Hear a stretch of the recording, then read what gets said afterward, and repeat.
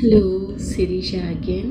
So lunch time, ఆఫీస్లో ఉన్న lunch time ఇప్పుడు ఎంత అవుతుందంటే నైట్ 9:30 అవుతుంది.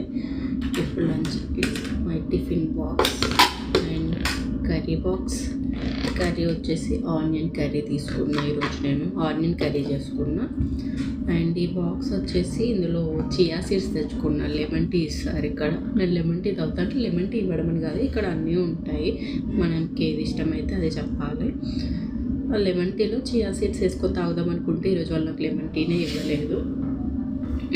సో ఆల్రెడీ మీ అందరికీ తెలుసు కదా, ఇది ఒక కోవర్కింగ్ స్పేస్ అని చెప్పేసి. సో ఇప్పుడు ఇక్కడ ఈ క్యాబిన్లో ఎవరు లేరు ఈరోజు, మళ్ళీ నేను ఒక్కదాన్నే ఉన్నా.